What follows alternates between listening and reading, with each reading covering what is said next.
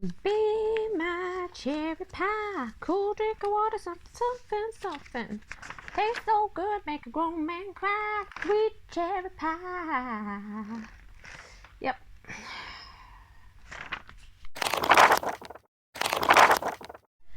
Hi BookTube, it's Marianne at We Last Read a Book, and today we have a Kindle Unlimited haul. So, after the Mermaid Kindle Unlimited haul that didn't go very successfully reading wise, I was thinking to myself I would kind of like to do a series of oddly specific Kindle Unlimited hauls. And the reason for this being, I go through phases.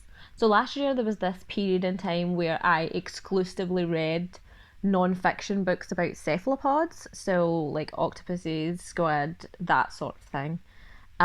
For ages and become unnecessarily like obsessed with very specific things. So I thought, right, okay, so I can bring that into my romance reading somehow, because like the romance genre is such a broad genre. Like there are tropes and subtropes that are so specific, there are genres and subgenres that are so specific, and like within those umbrellas, like there's like books for everyone. Specific career path, any kink that you can possibly think of, any vibe, place, setting, creature, like there are no limits.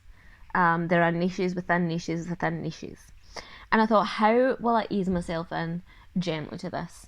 And it got me reflecting back. So for the past month, possibly longer, I have been craving Costco cake. No, I'm not pregnant. I just really love Costco cake. And unfortunately, because of lockdown, it's been quite hard to obtain a Costco cake. So I have been filling in the gaps with baked goods. Anything kind of sweet that I can get my hands on is going in my face. And it made me think, right, okay, we could do bakers, bakeries, baker related, that kind of vibe. Because let's be honest, I have never met a baker I didn't like. Nobody I know has beef with bakers. Bakers bring joy to you at your most celebrated moments in life, the most joyful moments of your life. Like, they are generally good people. Like, I don't believe that bad people have a tendency to become bakers. But I could be wrong. So that's starting off quite easy because there are an abundance of bakery related romances. But when looking further into, there's a dog wilding outside. Okay? The majority of bakery romances I could find were mostly classed as women's fiction. And I don't have a beef with chick lit, but that wasn't what I was looking for. I was looking for some steamy, spicy, bakery, baked good related romances that would hit the spot. One thing I did notice is there is diversity within the baker related romance subgenre, but on Kindle Unlimited there is a notable lack of diversity. I think I have only got one diverse title in this, and it's an interracial romance written by a black author. Other than that, it was kind of very limited. All 10 of the Kindle Unlimited romances that I downloaded were under the contemporary romance umbrella, but there were loads of subgenres available. So there was mafia romances involving bakeries, there were motorcycle romances involving bakers, there were BDSM romances involving bakers. So like it was a lot. Like I said, niche within a niche within a niche. But the ones that I have downloaded are just kind of standard contemporary romance. Anyway, we're just gonna go through the books very quickly. The first baker related romance I downloaded was Sweet Addiction by J. Daniels. This one is about Dylan, who is a baker, and Reese, who is an accountant. They meet at a wedding. and sparks fly. And Dylan kind of wants a casual kind of wedding hookup one and done situation, and Reese kind of wants a relationship. So they have to work through that. The second book I downloaded was Baking with a Rockstar by Jasmine Miller. We have Hudson, who is a rock star who has decided that he's had enough of that life and moves back home to his small town.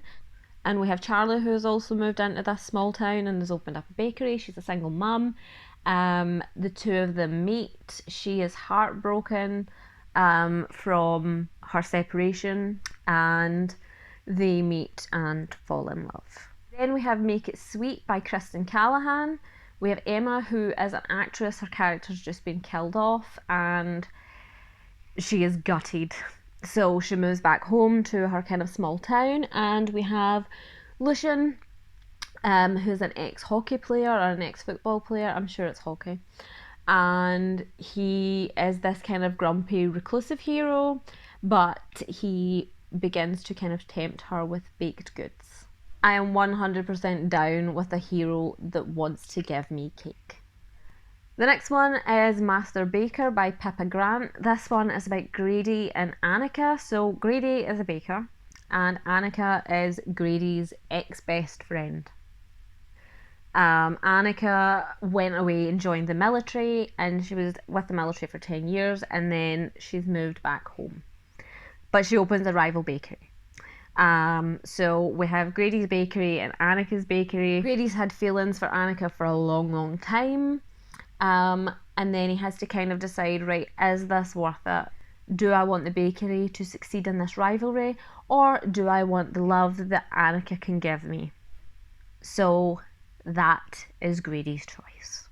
The next book we have is Triple Dare by Tasha Hart. This is a romance between Bridget and Joel. So Bridget works in the kind of big city kind of situation, and she has to come back home to her small town because her mum is dying, or her mum has died.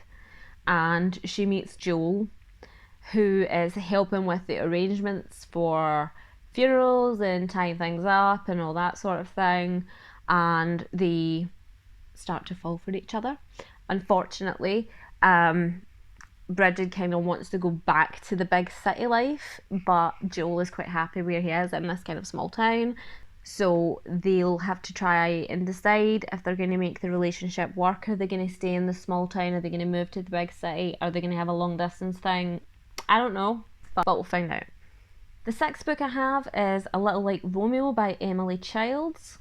So we have Britta and Alex, and this has the kind of Romeo and Juliet family rivalry kind of vibe. So their families both own rival bakeries.